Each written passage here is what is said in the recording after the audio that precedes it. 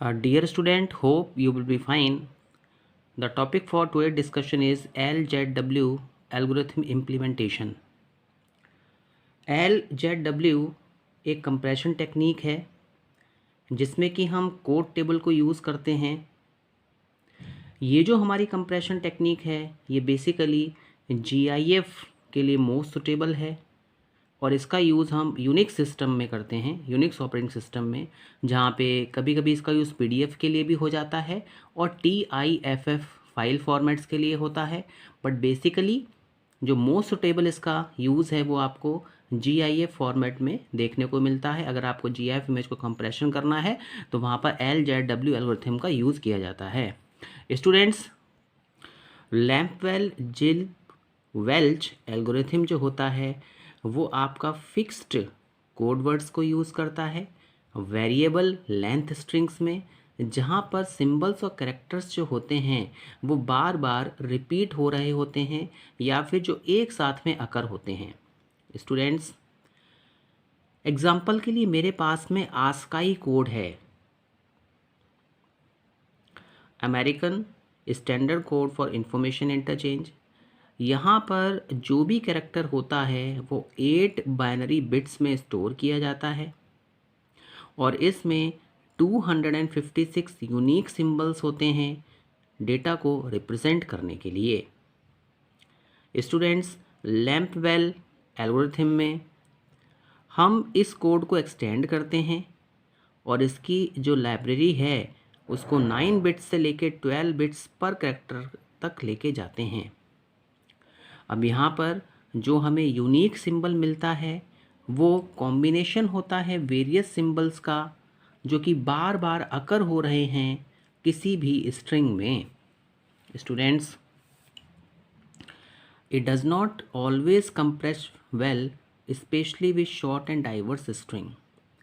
ये जो एल्गोरिथम है हमारा ऐसी स्ट्रिंग्स पे वर्क करता है जहाँ पर कैरेक्टर्स बार बार रिपीट हो रहे होते हैं। बट अगर हमारे पास में एक ऐसी स्ट्रिंग है या फिर हमारे पास में ऐसे ग्रुप ऑफ कैरेक्टर्स हैं जहाँ पर हमें डाइवर्स स्पेसिफिकेशन देखने को मिलता है, स्ट्रिंग बहुत शॉर्ट है या फिर उसमें जितने भी कैरेक्टर्स आ रहे हैं वो डिफरेंट हैं, तो वहाँ पर ये एल्गोरिथम हमारा वर्क नहीं करेगा।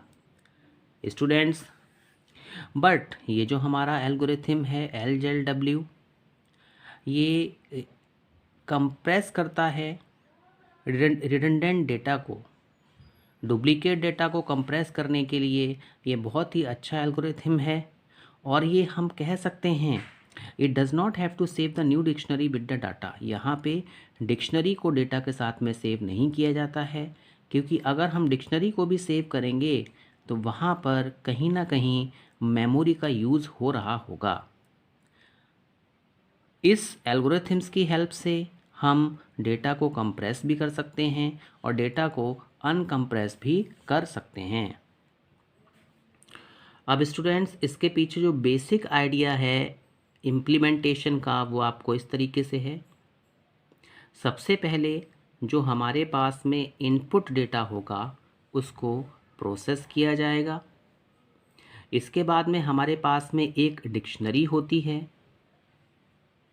जो लॉन्गेस्ट एनकाउंटर्ड वर्ड में, और हमारे पास में लिस्ट ऑफ कोड्स होते हैं जितने भी कैरेक्टर्स हैं उनके करस्पॉन्डिंग, उनके बीच में एक करस्पॉन्डेंस करने के काम में आती है।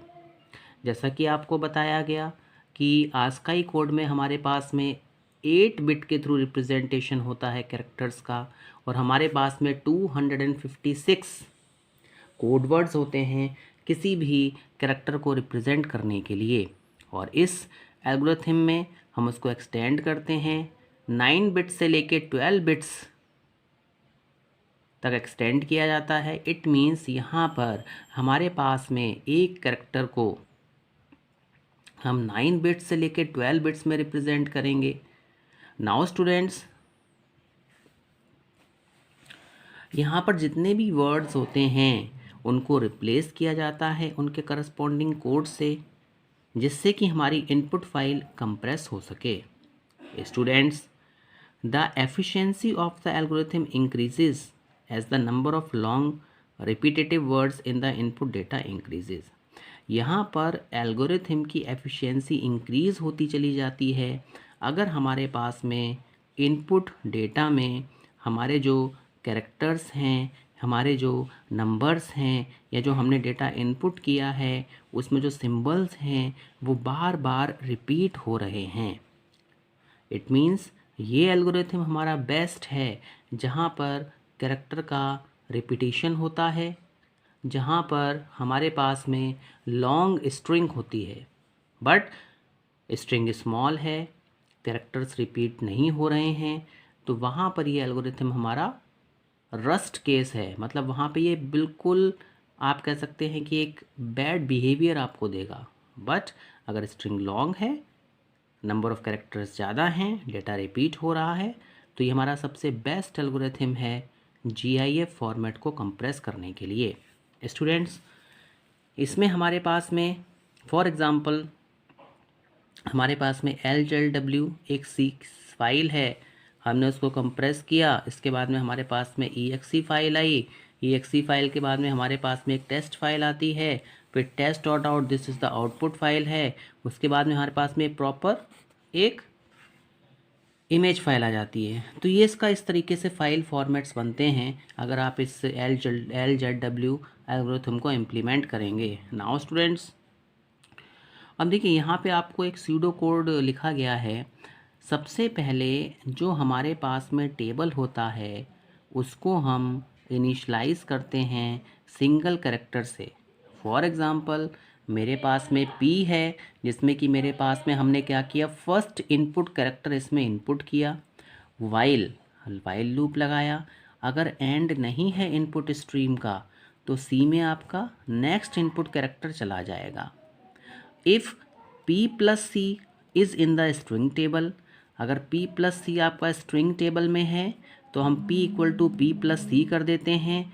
और अगर ऐसा नहीं होता है तो हम जो भी हमारा P है उसको हम आउटपुट कर देते हैं और यहाँ पे P प्लस C को ऐड किया जाएगा स्ट्रिंग टेबल में और P इक्वल टू C हो जाएगा। P का मतलब इनपुट कैरेक्टर और C का मतलब नेक्स्ट इनपुट कैरेक्टर।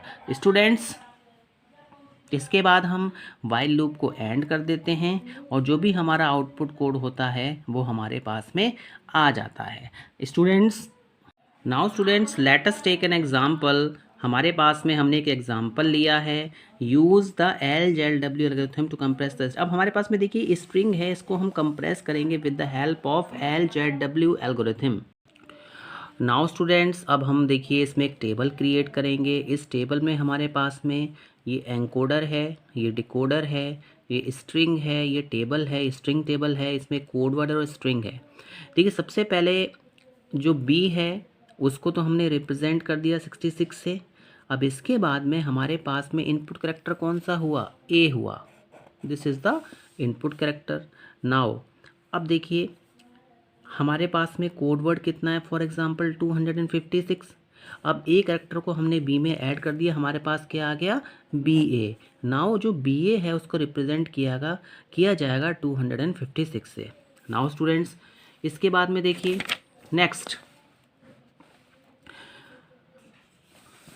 मेरे पास में जो स्ट्रिंग है डेट इज़ BA BAA। अब देखिए इस यहाँ तक तो हमने रिप्रेजेंट कर दिया था। नाउ अब देखिए इसके बाद हम इसमें रिपीटिशन लेके आते हैं। B को आपने रिप्रेजेंट किया हुआ है। अब इसके बाद में मुझे किसको करना है, देखिए A है, A को मैं रिप्रेजेंट करूँगा। A को रिप्रेजेंट करने के लिए आप किसका यूज़ करेंगे, 65 का यूज़ करेंगे। नाउ A के बाद में हमारा नेक्स्ट कैरेक्टर कौन सा आ रहा है, B आ रहा है, तो A और B बन गया। अब A और B जो है उसको रिप्रेजेंट करेंगे आप 257 से। नाउ स्टूडेंट्स, थर्ड स्टेप को अगर हम देखें तो जो हमारे पास में स्ट्रिंग है डेट इज़ BA। नाउ देखिए यहाँ तक हम इसको रिप्रेजेंट कर चुके हैं, B भी रिप्रेजेंट हो गया हमारा, A भी रिप्रेजेंट हो गया हमारा। नाउ इसके बाद में जब हमने B को रिप्रेजेंट किया तो बी ए टेबल हमें मिला, स्ट्रिंग मिली, ए को रिप्रेजेंट किया तो हमें ए और बी मिला। अब देखिए नेक्स्ट ये चीज़ रिपीट हो रही है आपकी, यानी इन दोनों करैक्टर्स को अगर हम एक साथ में रिप्रेजेंट करें तो बी ए ऑलरेडी स्ट्रिंग में आ चुका है, तो इसको हमने किससे रिप्रेजेंट किया था, 256 से रिप्रेजेंट किया था, तो इट मीन्स बी ए कितना हो गया हमारा, 256 हो गया। नाउ नेक्स्ट देखिए क्या है, ए है, मुझे इसको भी क्या करके लेके आना है, स्ट्रिंग में ऐड करना पड़ेगा, तो B A that is 258। Now students इसके बाद फोर्थ स्टेप, ये कोड आपका जब तक रिपीट होता रहता है जब तक कि हमारे पास में प्रॉपर स्ट्रिंग एम्प्टी ना हो जाए। B A B A B A. Now students अब देखिए आपने यहाँ तक इसका रिप्रेजेंटेशन कर दिया, अब इसको हम लास्ट कैरेक्टर को रिप्रेजेंट किया जाता है। तो देखिए बी ए को आपने 256 से किया, बी ए 258 था जो हमारे लास्ट हमने जो यहाँ पे टेबल शो किया था। इसके बाद में नेक्स्ट मुझे किसको रिप्रेजेंट करना है, ए और बी को रिप्रेजेंट करना है। तो ए और बी को जब आप रिप्रेजेंट करेंगे तो ए बी के लिए हमने कौन सा करेक्टर लिया था, कोड वर्ड क्या था, 257 था, तो यहाँ पे आपने 257 लिख दिया। अब देखिए ए बी ए मीन्स ये वाला नेक्स्ट करेक्टर हम इसमें ऐड कर देंगे, that is the input character, तो ए बी ए हमें मिल गया। अब हम देखो और इसको हमने रिप्रेजेंट कर दिया 259 से। स्टूडेंट्स अब देखिए इसके बाद में ए बी ए इसको हम रिप्रेजेंट कर चुके थे। अब नेक्स्ट करेक्टर हमारे पास में क्या होगा, ए होगा, और सी भी हमारा ए हुआ क्योंकि ए यहाँ पे रिपीट हो रहा है। तो ए बी ए को हमने 259 से रिप्रेजेंट किया था। देखिए अगेन हमारे पास में ए क्या हुआ, रिपीट हुआ, तो जब हमारे पास में ए रिपीट हुआ तो देखिए ए की वैल्यू कितनी है, 65, इसको 65 से शो करना पड़ेगा। अब देखिए ए के बाद में दोबारा ए आ रहा है, डेट इज़ डबल ए, तो डबल ए को हमने किससे रिप्रेजेंट कर दिया, 260 से। तो देखिए ये जो कोड वर्ड हैं ये भी आपके सीरियली चल रहे हैं और इनको आप आस्काई कोड से रिप्रेजेंट कर रहे हैं। नाउ स्टूडेंट्स अब हमारे पास में लास्ट में जो स्ट्रिंग आती है that is B A B A. देखिए यहाँ तक आपका प्रॉपर रिप्रेजेंटेशन हो रखा है। पी में हमें ए डबल ए को रिप्रेजेंट करना है क्योंकि ए एक ऑलरेडी हम ले चुके हैं। लास्ट में जो हमारे पास में स्ट्रिंग आई थी output that is a. Now students अब देखिए ए को आप किससे रिप्रेजेंट कर चुके थे, 260 से। तो जब हम ए को रिप्रेजेंट करेंगे तो हमारे पास में 260 आएगा। तो लास्ट में जो हमारा आउटपुट आया that is this is the code word, means that is 66, 65, 256, 257, 65 and 260। तो इस तरीके से हमने इस स्ट्रिंग को इस कोड वर्ड में चेंज किया। LZW एल्गोरिथम को हमने इम्प्लीमेंट किया और इस कोड को हमने कंप्रेस किया, लास्ट में हमारे पास में ये आउटपुट आया। I hope you have understood this lecture. Thank you very much.